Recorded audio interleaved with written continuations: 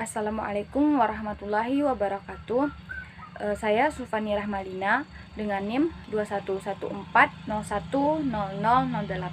dari kelas PAIA.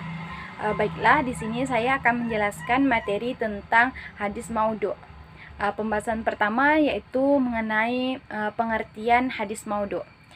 Secara bahasa, hadis maudhu' ini mempunyai atau memiliki banyak arti. Yang pertama seperti menggugurkan. Hadis maudhu' itu juga berarti menggugurkan. Maksudnya itu hadis maudhu' secara etimologis merupakan bentuk masdar dari isim maf'ul yang berasal dari kata wada'a yad'u. Kata wada'a memiliki banyak makna, diantaranya seperti menggugurkan. Misalnya kalimat wada'al jinayah anhu, yang mana artinya hakim menggugurkan hukuman dari seseorang. Yang kedua yaitu meletakkan, yang mana seperti ungkapan seseorang meletakkan suatu perkara atau sesuatu dari pundaknya. Yang ketiga yaitu meninggalkan.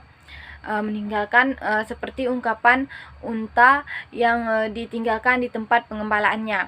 Yang keempat yaitu mengada-ada, maksudnya mengada-ada dan membuat-buat. Misalnya kalimat wada fulan hazihil qisah, yang mana artinya itu fulan membuat-buat dan mengada-adakan kisah itu. Yang selanjutnya itu pengertian hadis maudhu' secara istilah. Secara istilah, hadis maudhu' berarti sesuatu yang dinisbatkan kepada Rasulullah SAW secara mengada-ada dan dusta, yang tidak beliau sabdakan atau beliau kerjakan ataupun tidak beliau takrirkan atau tetapkan. Yang pembahasan kedua yaitu tentang sejarah awal hadis maudhu'. Yang pertama yaitu munculnya aliran agama dan politik, yang mana itu Ali dengan Muawiyah, mana pada ketika itu Muawiyah menjabat sebagai gubernur Syam. Yang kedua yaitu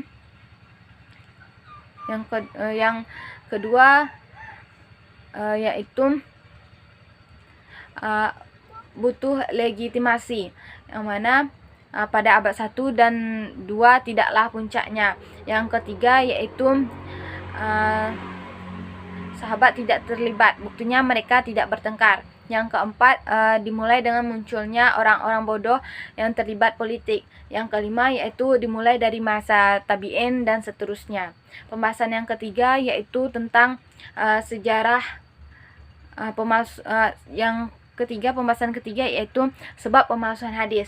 Sebab pemalsuan hadis ini yang pertama yaitu munculnya golongan politik seperti Syiah, Muawiyah dan Khawarij. Yang kedua yaitu ditaklukkannya dua negara adik kuasa yang mana itu merusak Islam dari dalam. Yang ketiga yaitu fanatisme atau ta'assub terhadap ras, suku, tempat maupun imam. Yang keempat yaitu para tukang cerita.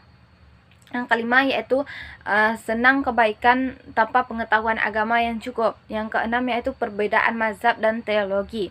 Yang ketujuh yaitu lobby pada para penguasa atau penjilat. Pembahasan yang keempat yaitu mengenai hukum memalsukan dan meriwayatkan hadis maudhu'. Yang pertama yaitu haram mutlak memalsukan hadis, itu menurut jumhur.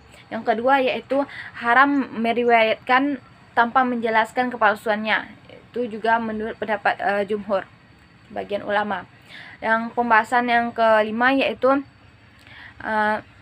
upaya ulama dalam melawan hadis maudhu'. Yang pertama yaitu berpegang pada sandi, yang mana itu Al-Quran dan hadis. Yang kedua yaitu meningkatkan penelitian hadis. Yang keempat yaitu memerangi para pendusta dan para tukang cerita. Yang ketiga memerangi para tukang pendusta dan tukang cerita. Yang keempat yaitu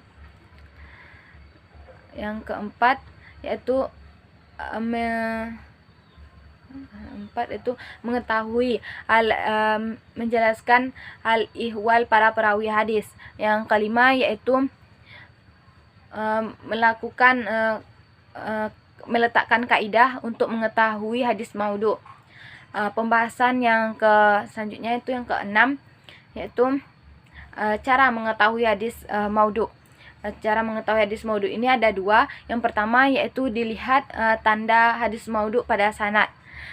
Pada sanadnya itu dapat kita lihat yang pertama yaitu pengakuan perawi atas